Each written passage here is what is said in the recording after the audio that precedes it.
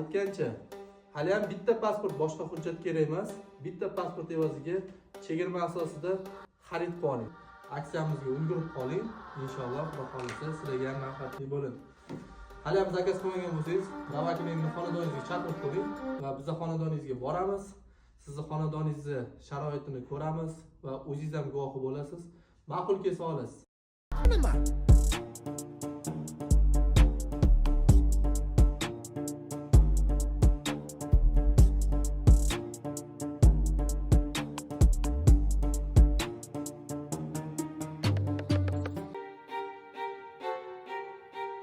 Ha, aytgancha hali ham bitta pasport, boshqa hujjat kerak emas.